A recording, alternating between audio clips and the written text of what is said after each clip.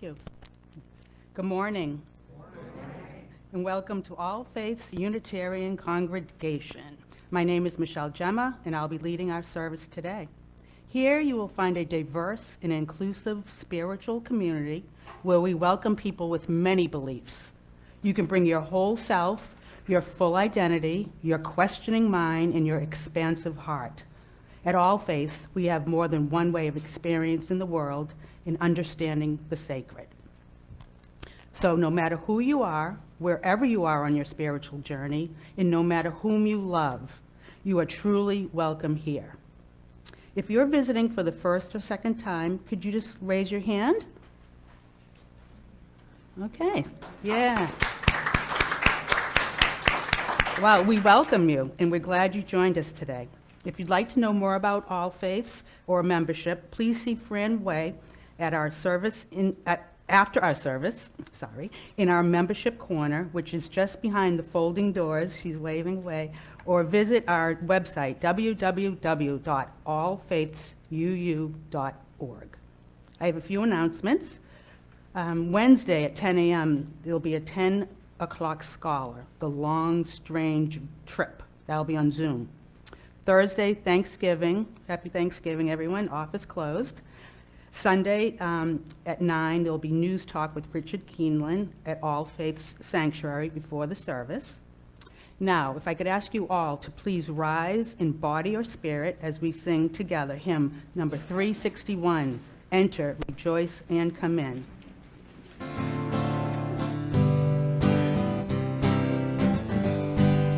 Enter, rejoice, and come in. Enter, rejoice, and come in. Today will be a joyful day.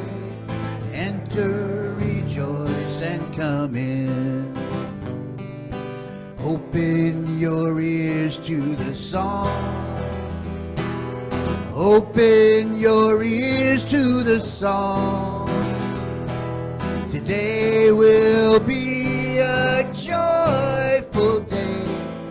Enter, rejoice, and come in. Open your heart, everyone. Open your hearts, everyone. Today will be a joyful day. Enter, rejoice, and come in. Don't be afraid of some change. Don't be afraid of some change. Today will be a joyful day. Enter, rejoice, and come in.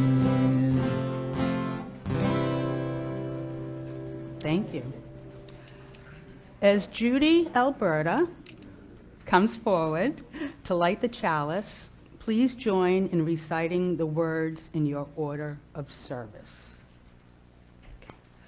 We light our chalice this morning, grateful for the love that we experience in this beloved community. May the flame light the way for all who seek such abundance.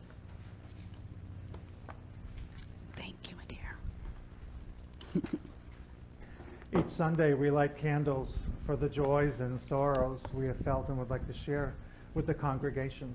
If you'd like to light such a candle, please come forward wearing your mask and share your joy or sorrow.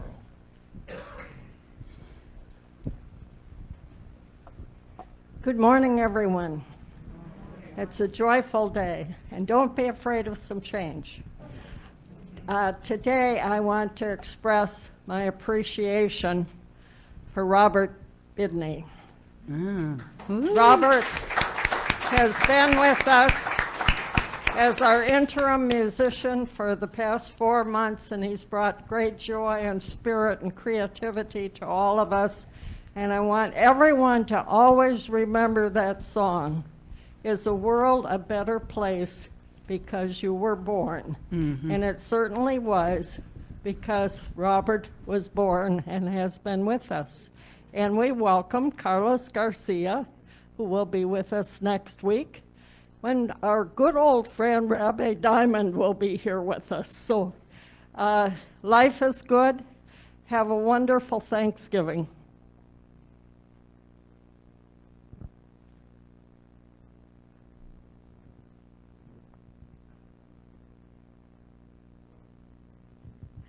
Hello, everybody. I'm Charlotte Blitt. I'm a founding member.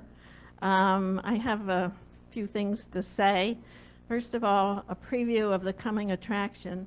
Mano a Mano crafts will be available the first week of December at the Sunday service. So bring your money, bring your checkbooks. It's all to a good cause. And speaking of Mano a Mano, the founders, Joan and Segundo, who are members here and reside in St. Paul when he's not making trips to and from Bolivia, have had a terrible situation going on.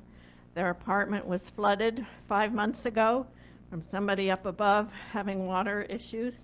So everything in the apartment was pretty much ruined. So they've lived in a hotel for 5 months.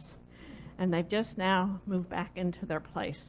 And if we're lucky, they'll both be well enough to come here and sometime in the spring.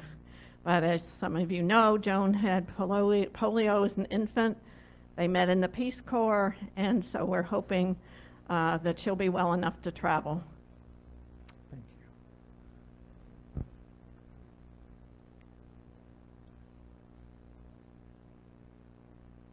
I'll take it. Thank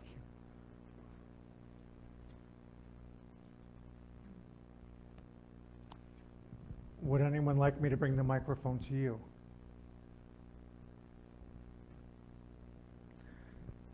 I light this final candle for the joys and sorrows that remain silent and in our hearts.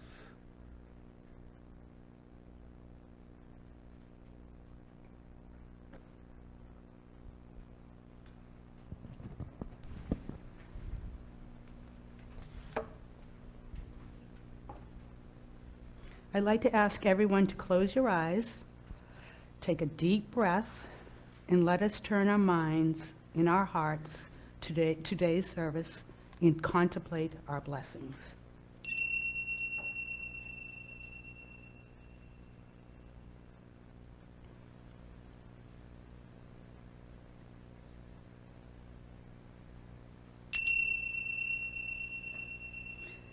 Now, if we could please open our eyes, then rise in body and spirit as we sing together hymn 123, Spirit of Life.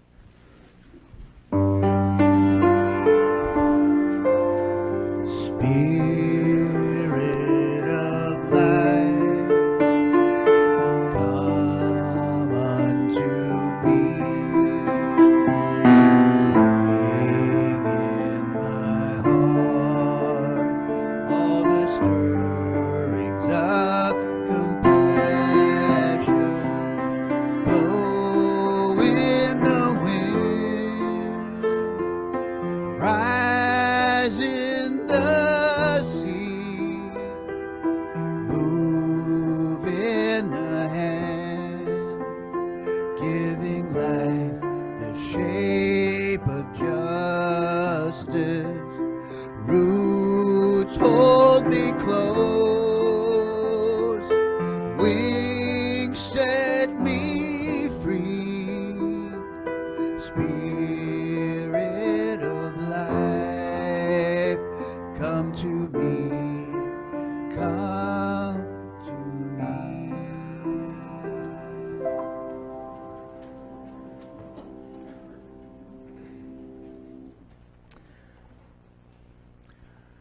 Come all you who seek truth, abide in love and honor peace. Enter into this house with thanksgiving and come through these gates with praise.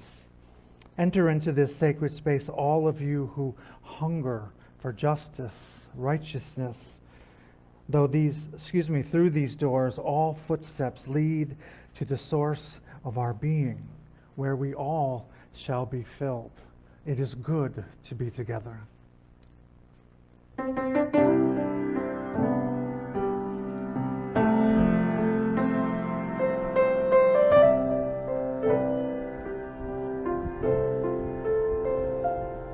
He doesn't know who she is as she sits in her car, trying to hold back a tear, waiting all day with thousands of cars. Never thought she'd end up here. He knows how she feels as she swallows her pride. He's been there in her shoes.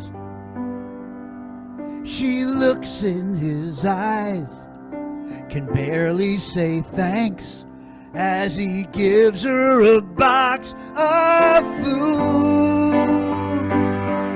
Thank goodness for the giving people, all those hearts and souls.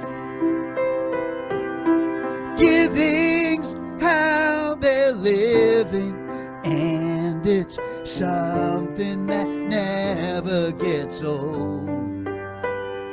It's just the way they roll.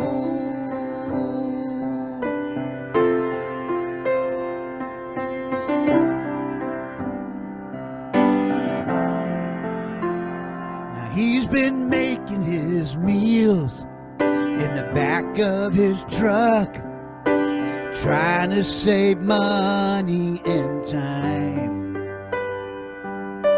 Driving all night, he's got a loaded up rig with urgently needed supplies. His family back home hasn't seen him in weeks. Can't wait to talk on the phone. Still thousands of miles, an 18-wheeler hero who works all alone. Thank goodness for the giving people, all those saints and souls. Giving's how they're living, and it's something that never gets old. It's just the way they roll. The doctor retired who's still saving lives. The teacher who's driving by the house to say hi. The farm worker working in the fields of green. The rabbi and reverend zooming hope and prayer. Hope and prayer on the screen. Thank goodness for the giving people, all those hearts and souls. Giving's how they're living, and it's something that never gets old now. It's just the way they roll.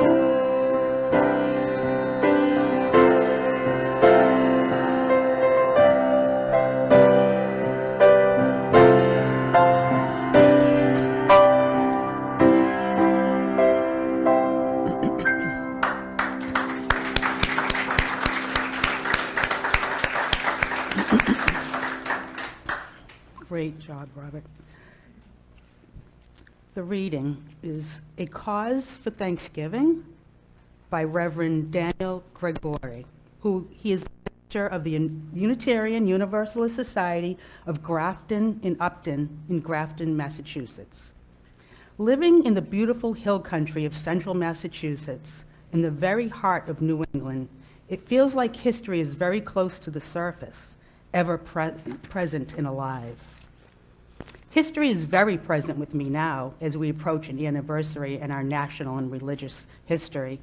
2020 will mark the 400th anniversary of the landing of the Mayflower at Provincetown and then Plymouth, here in Massachusetts. The mythos attached to that fateful day serves as the basis for the Thanksgiving holiday many of us will celebrate this week, although others will rightfully mark the holiday with mourning and with tributes to the peoples who were nearly wiped out by imperialism. All of this converges into history that is still present and is impossible to escape. Most of us are not pilgrims, Puritans, colonists, or even Christian, yet the legacy of these traditions are still within us. They compose the roots of the institutions we have built upon and sustain. Still, too many would prefer to ignore certain aspects of Thanksgiving. Why mar the image we have of ourselves as blameless, as good people, by bringing up this complex and tragic chapter, one of far too many in our history? This intersection of history and culture leaves me with ambivalence and discomfort, but it feels generative. I'm strangely excited about this particular moment of discomfort because something new could come of it, something like healing. This is our opportunity to reimagine what Thanksgiving could be, and by extension, who we could be. What would it mean to mourn with those who are mourning? What would it mean to jettison the mythos of Thanksgiving and even replace the traditional meal with a vigil in Plymouth led by the United American Indians of New England? If you can't join me in Plymouth, perhaps you'll join me in spirit by asking these questions. Our knowledge of the wrongs of the past and the knowledge of the unearned benefits that inevitably come from those wrongs might help us build true, lasting, and more authentic relationships, both today and in the future. And that will be a cause for Thanksgiving. Thank you. Now, if we could please rise in body or spirit as we sing together hymn 128, For All That Is Our Life.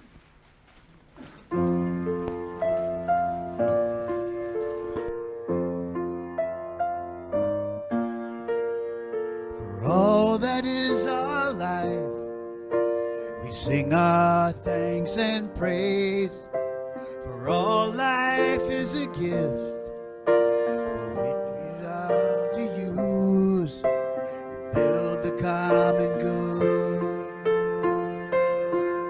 and make our own days glad.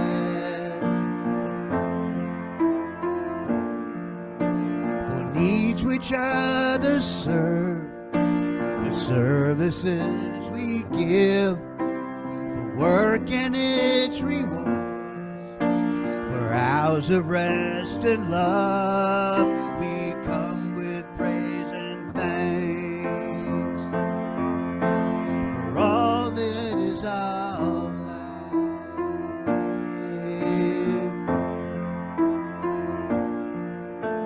the sorrow we must bear, for failures, pain, and loss, each new thing we learn, for fears and hours that pass, we come in praise and thanks. For all that is our life,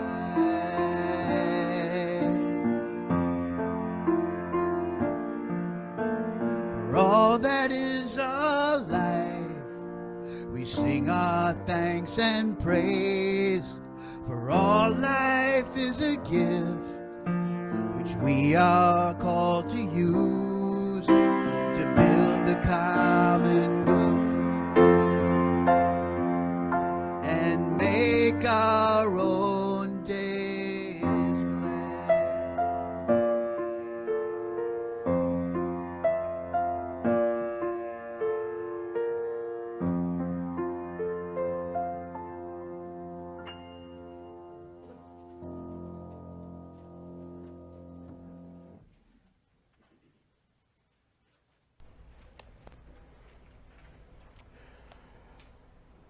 Thanksgiving is upon us, and it's time.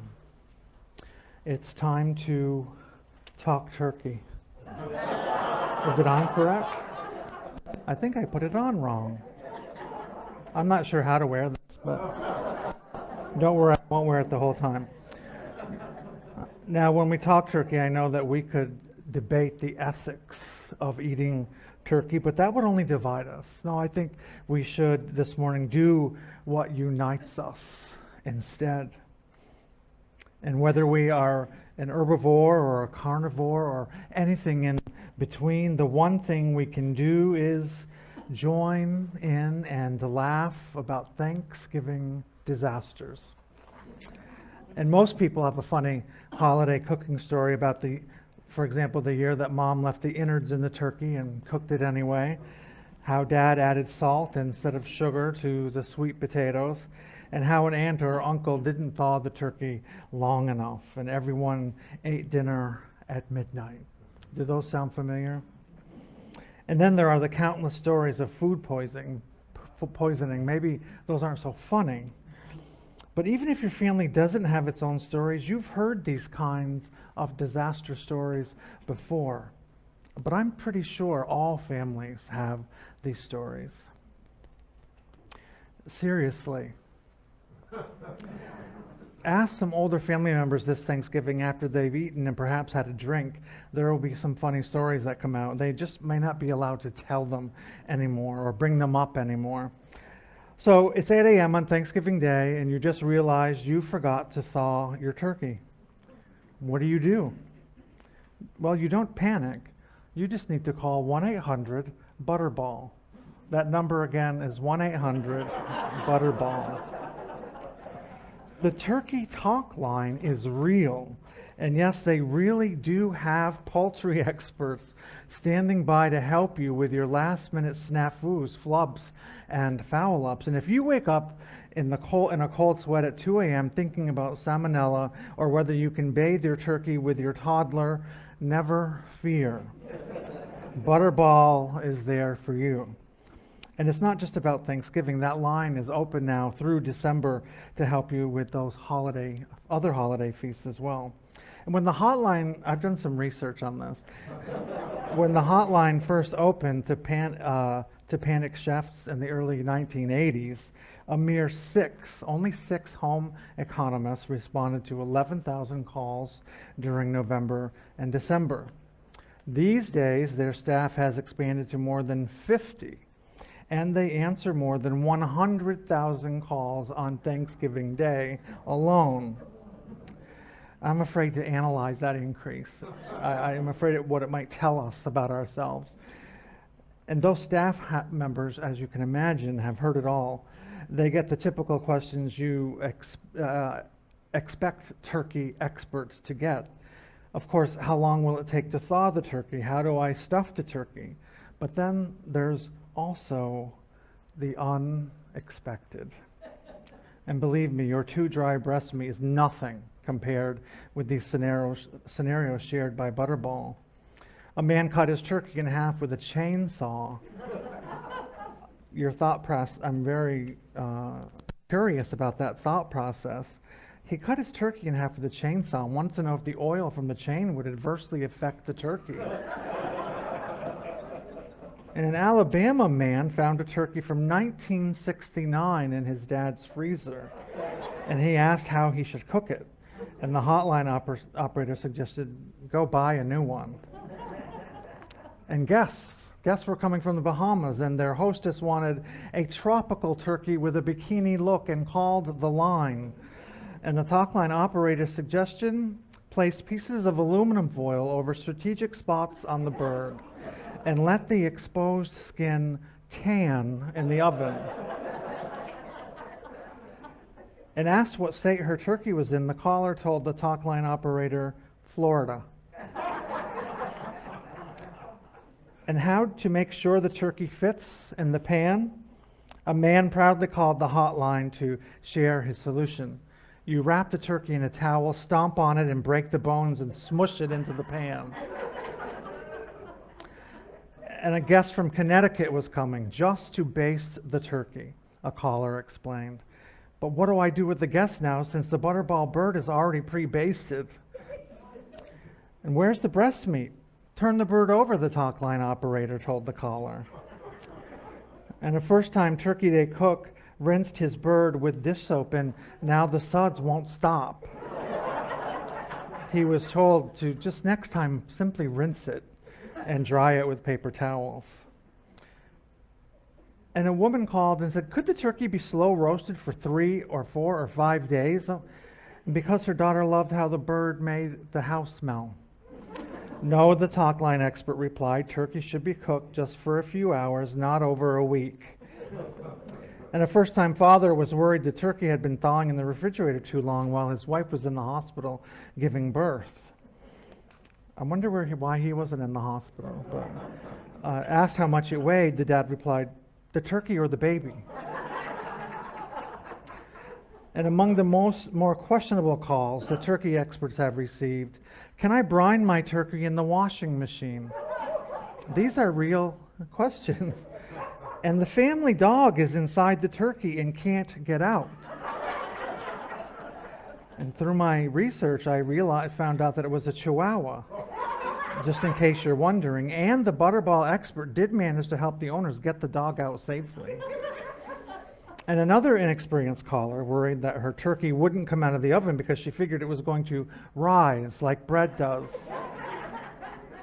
And more recently, a hotline employee was surprised to hear from a wife who came home to find the turkey floating in the tub while her husband gave the kids a bath. And believe it or not, because the turkey hadn't been removed from the package, it was okay to eat, though the kids complained about the chilly water. Enough of that. So though funny, I think the idea of the turkey helpline points to a problem many have during the holidays, and that is the anxiety of perfection, of being perfect. And I want you to leave this morning understanding the importance of being imperfect. Sit with those words for a moment. The importance of being imperfect. And besides, if you were perfect, who would we laugh at?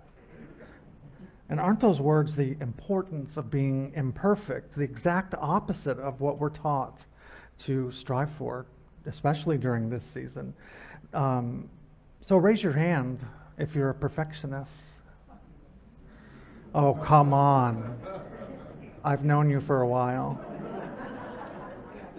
My hand is up, and I've worked on it a lot, but I still need to put my hand up. And why do we strive for perfection if it turns out that imperfection is what's important? Imperfection is what is important. Why do we strive for perfection? It's one of those subconscious limitations of the ego that I frequently refer to. Because the main job of our ego is to protect us from repeating mistakes, it develops a rule that says, if you just don't make mistakes ever again, no one will get hurt. Now, your intellect may grasp the impracticality of that rule, but the ego is the realm of emotion, not practicality. And meanwhile, focusing so hard on perfection can cause you to overlook the beauty of imperfection. You came into this life to have experiences. You came into this life not knowing a lot, as your ego might call it, being very imperfect. And think about all the moments in which you suddenly saw or understood something in a new way that sets you up for an experience. Your higher self is grateful for that. If you love nature, consider that all nature is full of imperfections. Fruit is not perfectly shaped. Stones and leaves and mountains.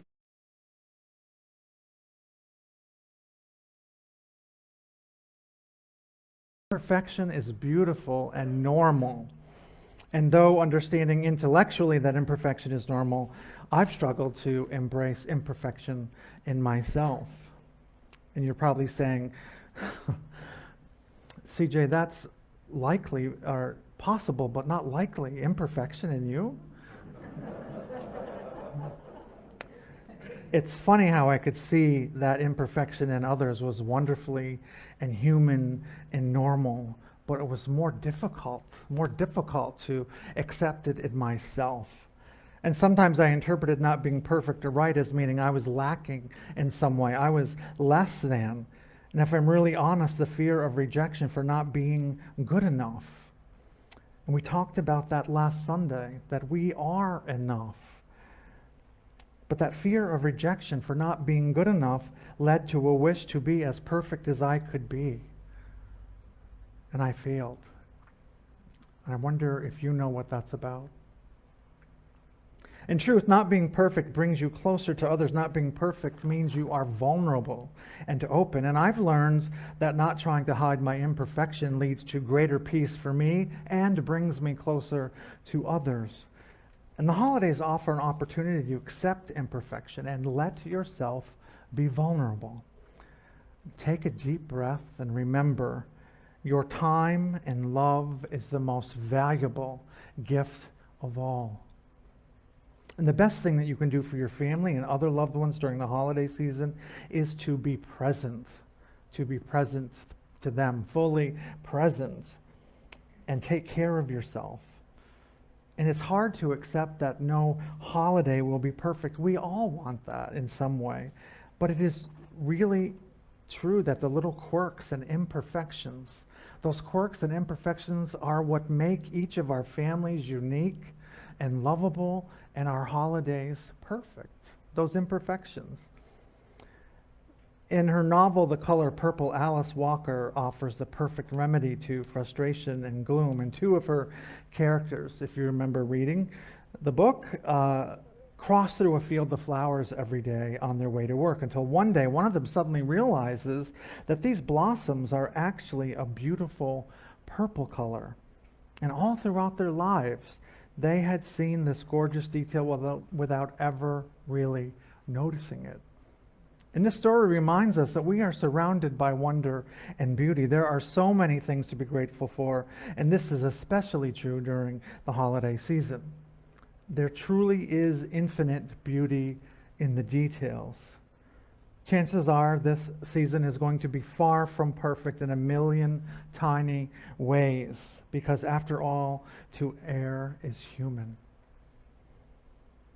Allow ourselves these small failures. That is, allow yourself to be imperfect. Because in reality, no one really remembers the disappointment of a burnt turkey 5 years down the road when they have the memory of everyone laughing the mistake off and ordering Chinese food afterward.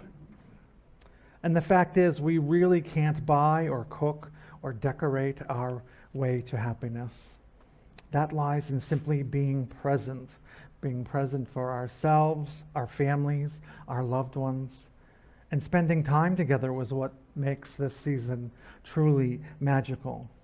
So let us raise up that virtue of gratitude. Let us understand that we can save ourselves, and let this season wake our hearts and minds and guide us on our journey toward wholeness, and to be bold enough to embrace the practice of gratitude. And so may your Thanksgiving be imperfect. May you make room at your table for someone in this congregation. May it be so. I've given you enough jokes today. But I offer these words before we collect the offering. We are grateful. We have grateful hearts for your generosity and all that you do for this congregation, whether it be your time, your treasure, or your talent. If you are watching us from somewhere other than the sanctuary and would like to make an offering, you can do so by using the information that is below this video. Thank you for helping us live justice, equity, and compassion in our community. The morning offering will now be given and received.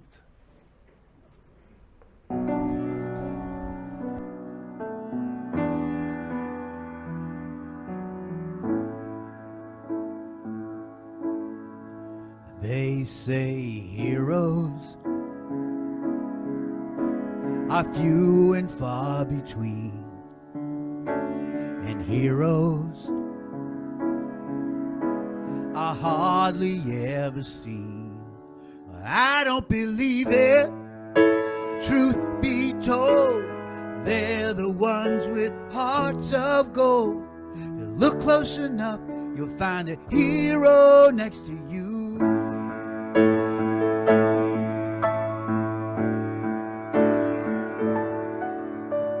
Heroes know when to lend a hand. Real heroes sincerely understand. They're giving it up to make things right, sharing their passion with a light so bright. Look close enough, you'll find a hero next to you.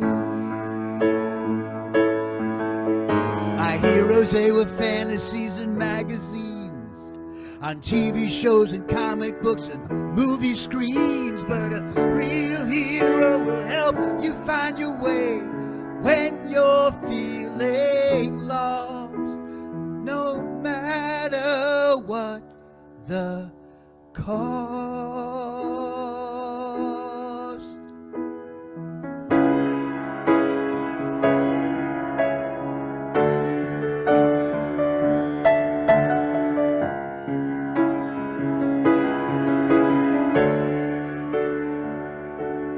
Everyday heroes, young and old, strong and righteous, brave and bold. Look close enough, you'll find a hero. Look close enough, there's your hero. Look close enough, you'll find a hero next to you.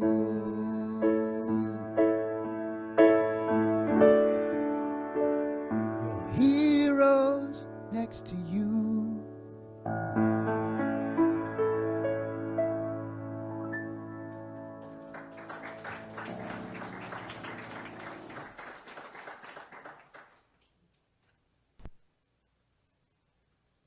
The wheel of the year has turned again, and once more we find ourselves in the season.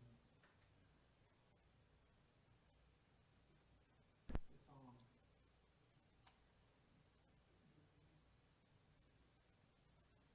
How's that? We have found ourselves in the season of Thanksgiving. And how shall we sing our songs of gratitude now? For what shall we give thanks?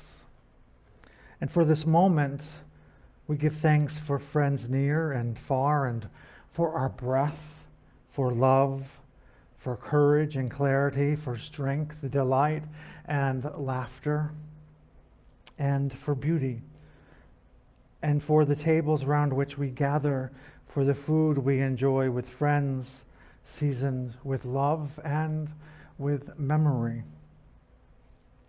We give thanks for the sun and the moon and the stars in the sky, for the trees who have seen so much, and still stand proud, stretching themselves into the sky.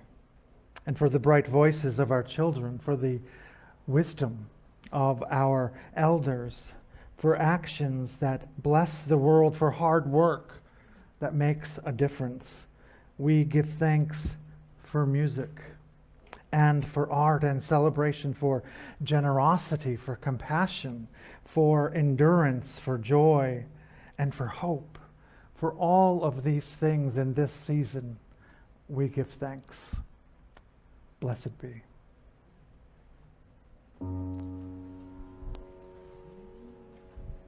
It's all about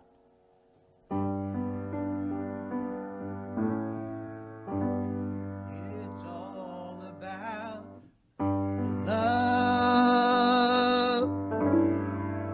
It's all about the love. When pushing comes to shove, you can rise above it. It's all about the love.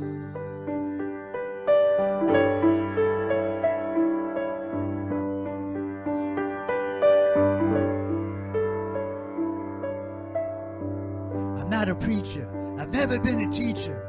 I just want to send a message that I hope will reach you. It's a solution, a major contribution, a way to make the world a better place, a revolution. It's nothing new, just a different point of view. We've got to change the way it's done, me and you. Well, take it higher, sing it with the choir. See it, feel it, touch it, hear it, sing it. It's all about the love. It's all about the love. When pushing come to shoving, you can rise above it. It's all about the love.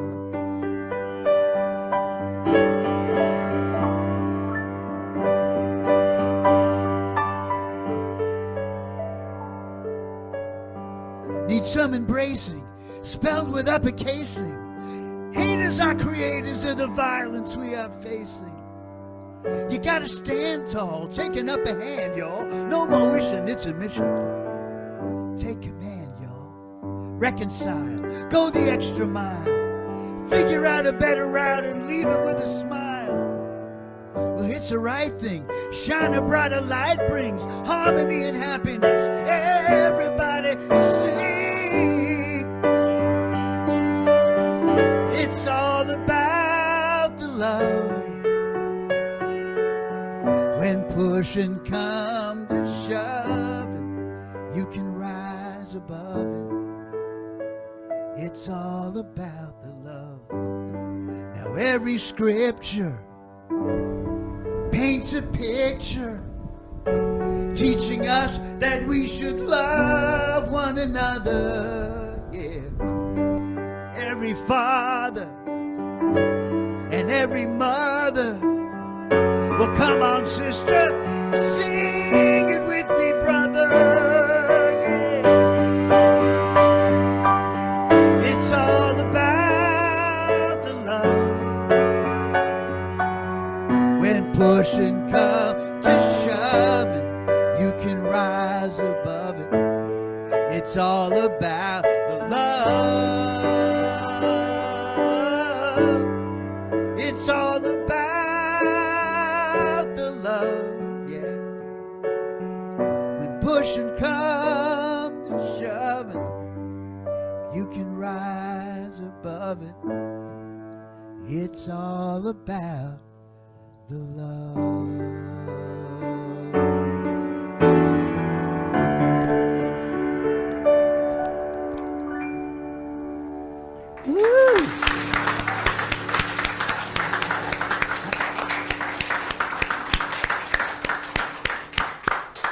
I love that song.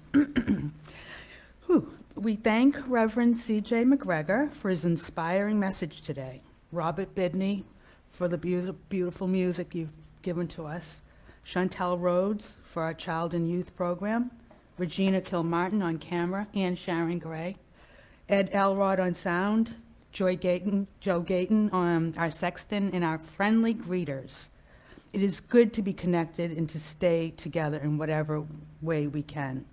I'd also like to put a special message out there. Thank you, Joyce Schaefer, for the flowers and the beautiful cookies, yummy cookies. And don't forget, we're going to all gather up here after the service without our masks. If you feel comfortable, then please come up. If you don't, then don't. And I'd like to ask Judy to come back up to extinguish the chalice. So as Judy comes forward to extinguish the chalice, please join in reciting the words in your order of service. We extinguish this flame, but not the light of truth, the warmth of the community, or the fire of commitment. These we carry in our hearts and out into the world. Now go in peace.